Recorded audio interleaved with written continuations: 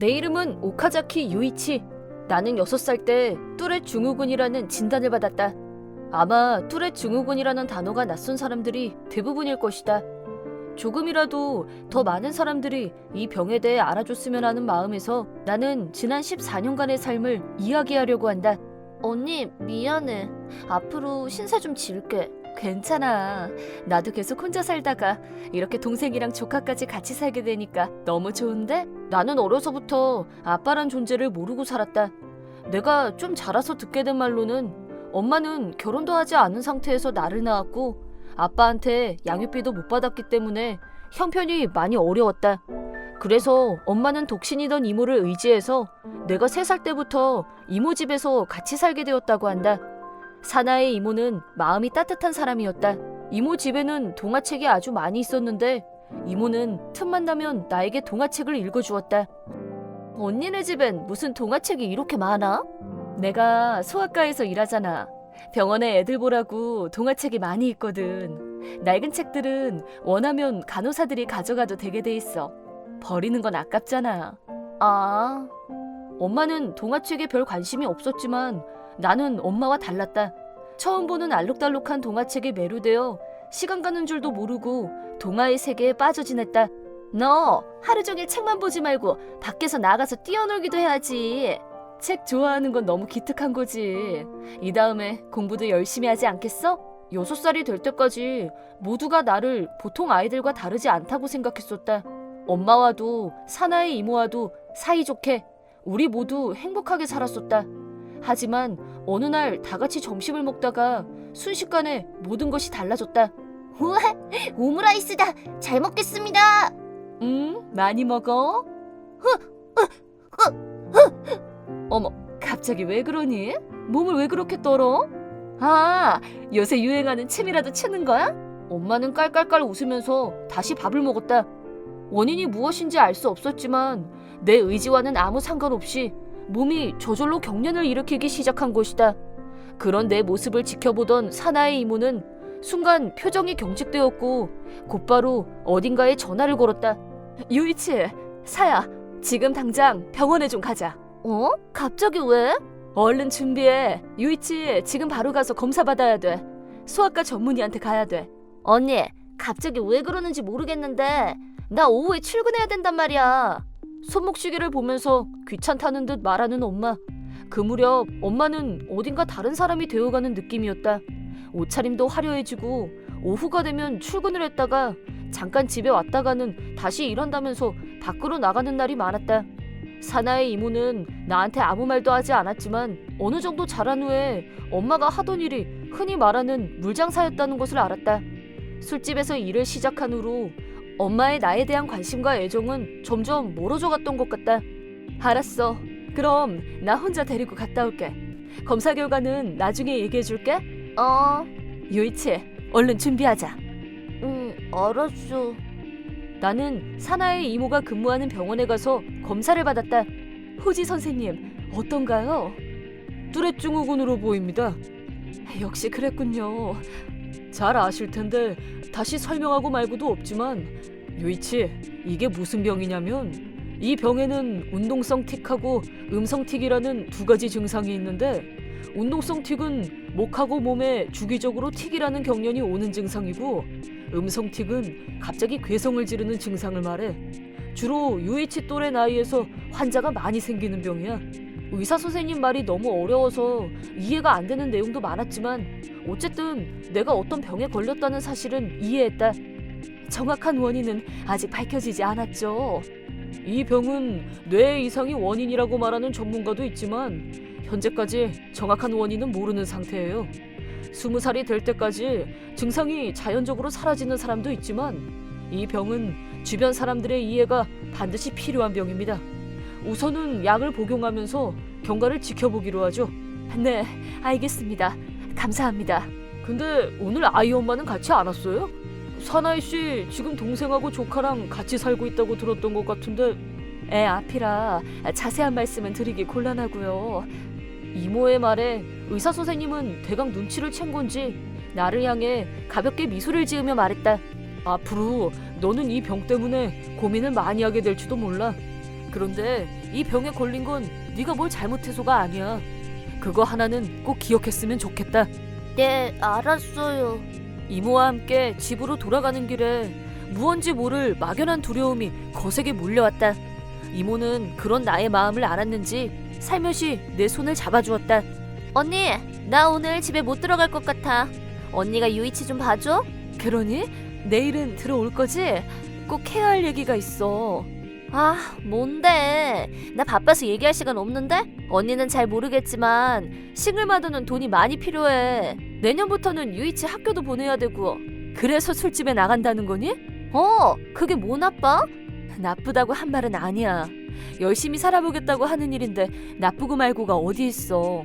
근데 돈도 중요하지만 유이치한테 좀 더 관심 좀 가져줬으면 좋겠다. 유이치 오늘 병원에서 뚜렛 증후군이라고 진단받았어. 뭐라고? 그게 무슨 병인데? 원인도 모르고 고치기도 힘든 병이야. 자세한 설명은 집에 오면 할 테니까 내일은 꼭 들어와. 걘 또 왜 아프고 그래? 짜증나게. 아, 나도 몰라. 나 집에 안 갈 거야.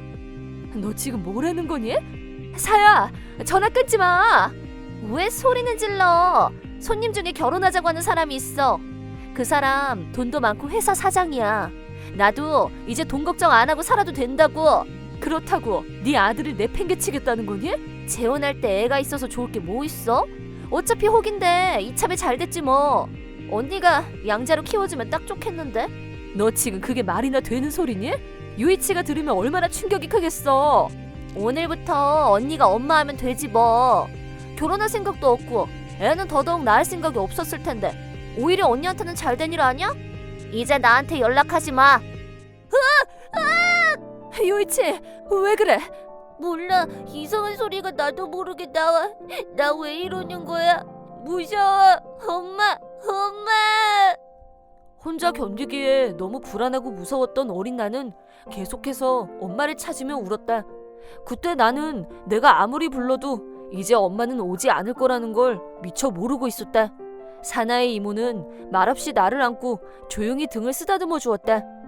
유이치, 오늘부터는 엄마 대신 이모가 엄마 하면 어떨까? 사나의 이모가 엄마? 사유는 사정이 생겨서 앞으로 집에 못 올 것 같아. 엄마. 나는 며칠 동안 아무것도 하지 않고 방에만 틀어박혀 있었다.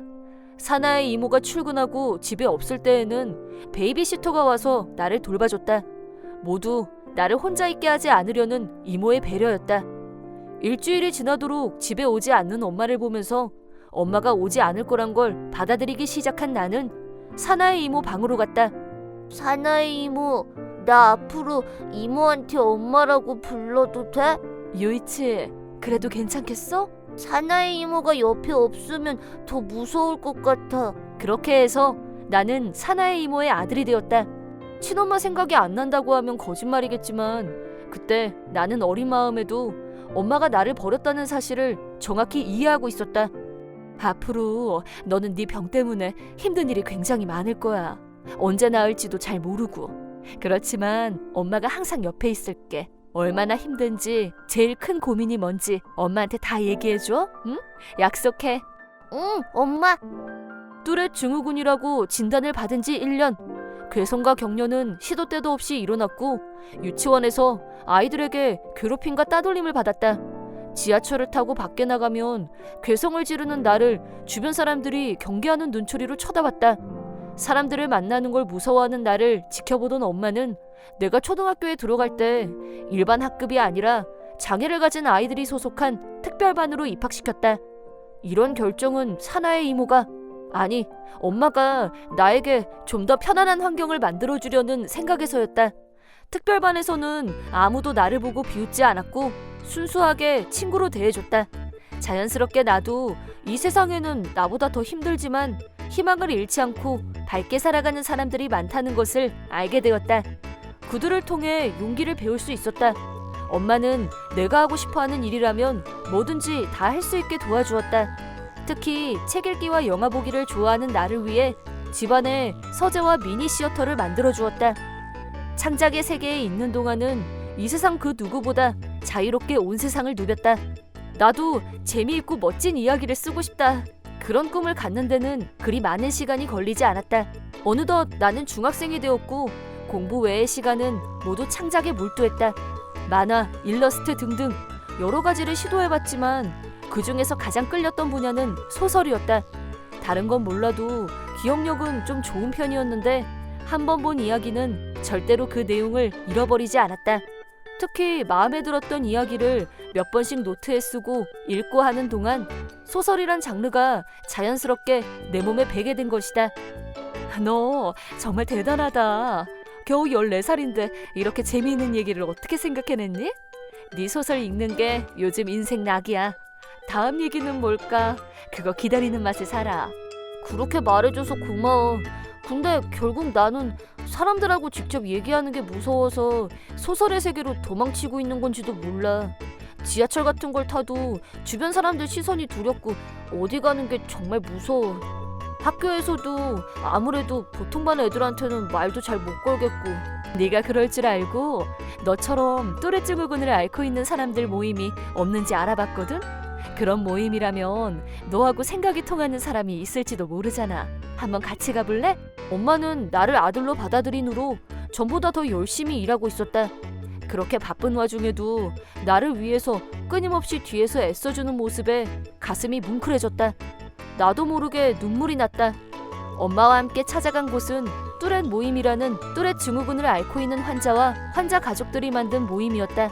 그 모임을 통해 처음으로 나와 같은 병을 앓고 있는 사람들이 많이 있다는 것을 알았고 그만큼 놀랐다. 무엇보다 놀란 것은 몸에 경련이 일어나거나 누가 갑자기 소리를 질러도 그 모임에 있던 사람 중 누구 하나 놀라는 사람이 없다는 거였다. 그리고 누구도 이상한 눈으로 보지 않는다는 것이었다. 여기에서는 아무도 너를 이상한 눈으로 보지 않아. 이 모임이 마음에 들었다만 일주일에 한 번 정도 오는 거 어때? 엄마 고마워. 이 모임을 통해 나 자신도 여태까지 잘 모르고 있었던 뚜렛 증후군에 대해서 더 깊게 이해할 수 있게 되었다. 20살이 되었어도 증상이 낫지 않는 사람, 지하철을 아예 탈 수조차 없는 사람, 병의 증상을 다 이해해주는 사람을 만나 결혼한 사람도 있었다. 나는 내가 가진 병 때문에 평생 혼자 살아야 될지도 모른다는 생각을 한 적도 많았는데 꼭 그렇지만은 않다는 걸 알고 마음이 조금은 밝아졌다. 유이치 너 소설 쓴다던데 정말이야? 그냥 취미로 하는 거야. 그럼 우리를 주인공으로 써보는 건 어때? 그러면 사람들이 우리를 좀 더 잘 이해할 수 있을지도 모르잖아. 그 아이의 말을 듣고 순간 뇌에서 빛이 번쩍하는 것 같았다.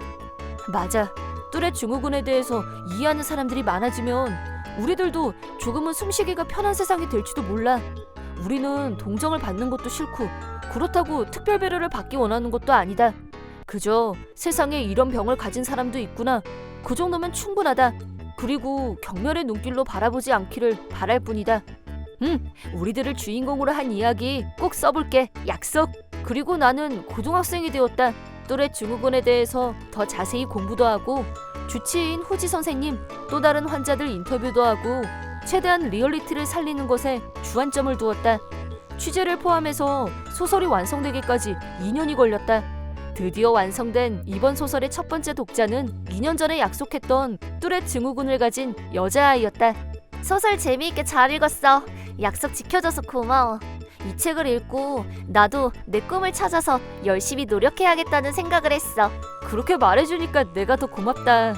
두 번째 독자는 언제나 옆에서 나를 응원해주는 엄마. 엄마는 책을 다 읽고 난 후 엉엉 울면서 나를 꼭 안아줬다. 난 말이야, 네 엄마가 돼서 참 행복하다. 이렇게 멋진 아들은 아마 온 세상을 다 뒤져도 없을걸? 여기까지 올 수 있었던 건 모두 엄마 덕분이야. 엄마 정말 고마워. 그리고 소설이 완성되는데 많은 도움을 주신 후지 선생님께도 책을 선물했다. 선생님은 병원 책꽂이에 내 책을 꽂아두고 싶다고 말씀하셨다. 그러자 독자들 사이에 입소문이 나면서 내 소설을 정식으로 출판하고 싶다는 제의가 들어왔다. 같은 병으로 고통받는 사람들에게 도움이 되길 바라며 제안에 흔쾌히 동의했다. 출판된 책은 같은 병을 앓고 있는 사람들과 병원에 종사하는 사람들 사이에서 큰 화제를 일으켰고 마침내 매스컴에도 소개되었다. 유이치 네가 쓴 소설이 이렇게 크게 주목을 받게 되다니 너무 신기하다. 나도 상상도 못했었어. 현역 고등학생, 뚜렛 증후군, 한부모 가정 등등 매스컴이 주목할 만한 게 많아서 그랬는지 내 책은 아마추어 작가의 데뷔작임에도 불구하고 베스트셀러가 되었다. 베스트셀러가 된 지 1년, 우리에게 결코 반갑지 않은 손님이 찾아왔다. 다름 아닌 6살이던 나를 버리고 나간 친모였다. 유이치, 너 데리러 왔어. 엄마랑 같이 가자. 갑자기 찾아와서 무슨 소리 하는 거야? 무슨 소리는. 엄마랑 같이 사는데 넌 안 좋아? 11년 만에 찾아온 친모는 번쩍거리는 화려한 보석을 주렁주렁 몸에 걸치고 부자라는 티를 팍팍 내는 딱 보기에도 손절하고 싶은 타입의 나이든 여자의 모습으로 나타났다. 우리 남편한테 네 얘기를 했더니 널 꼭 양자로 맞이하고 싶다지 뭐니? 너도 그럼 이제 금수저 되는 거야. 어때? 너도 좋지? 뭐? 엄마 나 버리고 돈 많은 남자 따라간 거 아니었어? 근데 이제 와서 왜 이래? 나 그냥 지금 이대로 지내게 놔둬. 제발. 언니가 너한테 그렇게 말하든? 나도 내키지 않았어. 근데 돈이 정말 없었으니까 우선 돈 많은 남편하고 결혼하고 안정이 되면 널 다시 데리러 올 생각이었어. 정말이야. 입에 침도 안 바르고 거짓말이 청산유수로 술술 나오는 친모를 보니 정말 어이가 없었다. 엄마는 내 앞에서 친모에 대해 한 번도 욕을 한 적이 없었다. 하지만 나는 더 이상 아무것도 모르던 6살 어린아이가 아니다. 미안한데 나를 버릴 때 두 사람이 무슨 얘기를 했는지 다 알아. 라인 봤으니까. 엄마가 핸드폰 바꾸면서 라인 데이터 새 핸드폰으로 옮겨달라고 해서 그때 다 봤어. 그걸 보기 전까지는 나도 가끔 엄마가 보고 싶을 때도 있었어. 생각도 났고. 그런데 그걸 보고 나니까 그런 마음들이 수증기 증발하듯이 어디로 싹 다 사라지더라고. 병 걸린 애는 짜증나고 싫잖아. 당장 꺼져. 가서 좋아하는 돈하고 잘 먹고 잘 살아. 우리 목소리가 밖까지 다 들렸는지 퇴근하고 집에 오던 엄마가 급하게 집으로 뛰어들어왔다. 사야, 너 이제 와서 뭐하러 왔어? 언니가 쟤 세뇌시켰어? 못생겨서 일밖에 할 줄 아는 게 없는 주제. 나한테서 애 뺏으니까 기분 좋아? 인간 말종. 한마디만 더 엄마한테 욕하면 나 가만히 안 있을 거야. 당장 나가! 이제 성인 남자 못지않게 덩치가 커진 나의 위력에 눌린 친모는 똥 씹은 얼굴로 오라고 빌어도 2번 다시 이 집에 안 온다. 장애자 주제. 너 같은 애가 계속 잘 나갈 것 같아? 그러다 한 방에 훅 갈 테니까 두고 봐. 라며 막말을 뱉고는 나가버렸다. 유이치, 너 괜찮니? 괜찮아. 내가 소리 질러서 놀랐지. 아니야, 나도 괜찮아. 어느새 이렇게 다 커서 착하고 똑똑하고 엄마는 더 바랄 게 없다. 너는 이 엄마의 자랑이야. 그렇게 나는 어엿한 20살이 되었다. 데뷔작 이후로 몇 권 더 책을 써서 발표했는데 감사하게도 모두 인기 작품이 되었다. 그 중에는 영화화될 예정인 작품도 있고 경제적으로 자립할 수 있게 된 만큼 집에서 독립하기로 마음먹었다. 그리고 엄마가 어떤 남자분을 인사시켜 주었다. 나의 주치의이자 내가 다니는 병원의 원장이신 후지 타쿠미 선생님이었다. 두 분은 엄마가 나를 아들로 삼기 전부터 교제하던 사이였는데 내가 자립하기 전까지는 안 된다고 엄마가 선생님의 프로포즈를 계속 거절해왔다고 했다. 유이치, 너무 갑작스러워서 놀랐지? 유이치, 나는 사나이를 평생 행복하게 해줄 생각이다. 그래서 네가 우리 결혼을 꼭 허락해줬으면 좋겠는데. 그야 당연하죠. 왜 좀 더 빨리 말씀해 주시지 않았어요? 저 때문에 이렇게 늦어져서 정말 죄송해요. 아니야, 너 때문 아니야. 내가 그렇게 하기로 정했던 일이야. 널 훌륭한 어른으로 키우겠다고 나 자신에게 다짐했었으니까. 엄마한테 고맙다는 말로는 다 표현이 안 돼. 선생님, 앞으로도 우리 엄마 잘 부탁드려요. 걱정하지 마. 그리고 앞으로도 계속 널 응원하고 싶은데 그것도 괜찮지? 엄마는 20년 동안 간직해온 사랑의 결실을 맺었다. 조촐하지만 가족끼리 모여서 파티를 하기로 했다. 파티 날은 구름 한 점 없이 맑은 날이었다. 엄마가 웨딩드레스를 입은 모습을 보니 울컥해서 눈물이 났다. 그때 갑자기 괴성을 지르며 한 여자가 파티장에 난입했다. 엄마! 그래! 내가 네 엄마야. 이리 와. 엄마랑 같이 가자. 파티에 난입한 친모의 모습은 몇 년 전에 만났을 때와는 또 다른 분위기였다. 다듬지 않아서 아무렇게나 자란 머리가 하얗게 변해 있었고 낡고 허름한 볼품없는 옷차림. 무엇보다 너무 말라서 자기 나이보다 훨씬 더 나이 들어 보이는 얼굴. 여긴 대체 어떻게 알고 온 거야? 얼마 전부터 계속 네 뒤를 따라다녔어. 내가 이렇게 힘들게 사는데 언니만 행복하게 살다니 절대 용납 못해. 요이치를 나한테 돌려주기 전까지 여기서 한 발자국도 움직이지 않을 거니까 그렇게 알아. 소리치며 난동을 부리는 친모 때문에 파티장 분위기는 엉망이 됐다. 하지만 나는 머지않아 친모가 나타날 거란 예감이 있었다. 장소가 여기는 아니었지만 친모가 재혼한 사장이란 사람을 전에 조사해 본 적이 있었는데 그 사장이 경영하던 회사가 도산했다는 걸 알았기 때문이다. 회사가 망해서 이젠 그 좋아하던 돈도 없고 그래서 그렇게 초라한 얼굴로 여기에 나타난 거야? 그래, 맞아. 지금 나를 도와줄 사람은 아들인 너밖에 없어. 안타깝게도 나는 이미 법적으로 당신 아들이 아니고 감정적으로는 더더욱 아니야. 경찰 부를게. 홈리스보단 독방이 훨씬 쾌적할 거야. 싫어. 나 여기서 이렇게 끝날 여자 아니야. 난 지지 않아. 절대. 그게 나야. 돈밖에 모르는 당신 같은 사람에게는 이보다 더 어울릴 수 없다 싶을 정도로 딱 들어맞는 엔딩이네. 우리 엄마는 뚜레 쭈구군인 나를 헌신적으로 돌보면서 한 걸음 한 걸음 같이 걸어와 줬어. 지금의 내가 있을 수 있는 건 모두 우리 엄마 덕이야. 당신이 아니라. 앞으로 평생 볼 일 없을 것 같은데 그럼 조심해서 가시죠, 아주머니. 내 말이 끝나자 친모는 뭐라 형언할 수 없을 정도로 거칠게 소리 지르며 울부짖었다.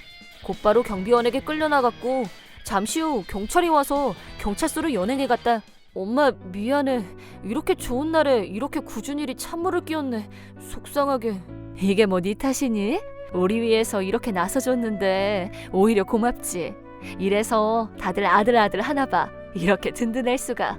앞으로도 딱 지금처럼만 계속 그렇게 좋은 형으로 있어주면 더 바랄 게 없겠다. 형?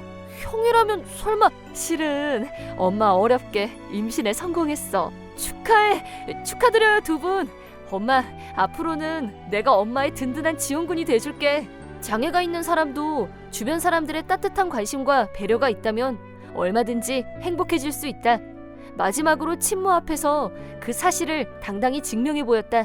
덕분에 내 마음속에 맺혀있던 응어리 같은 게 녹아내린 기분이다. 고맙게도 응어리를 풀게 해준 친모에게 제발 인간 좀 되라고 말해주고 싶다.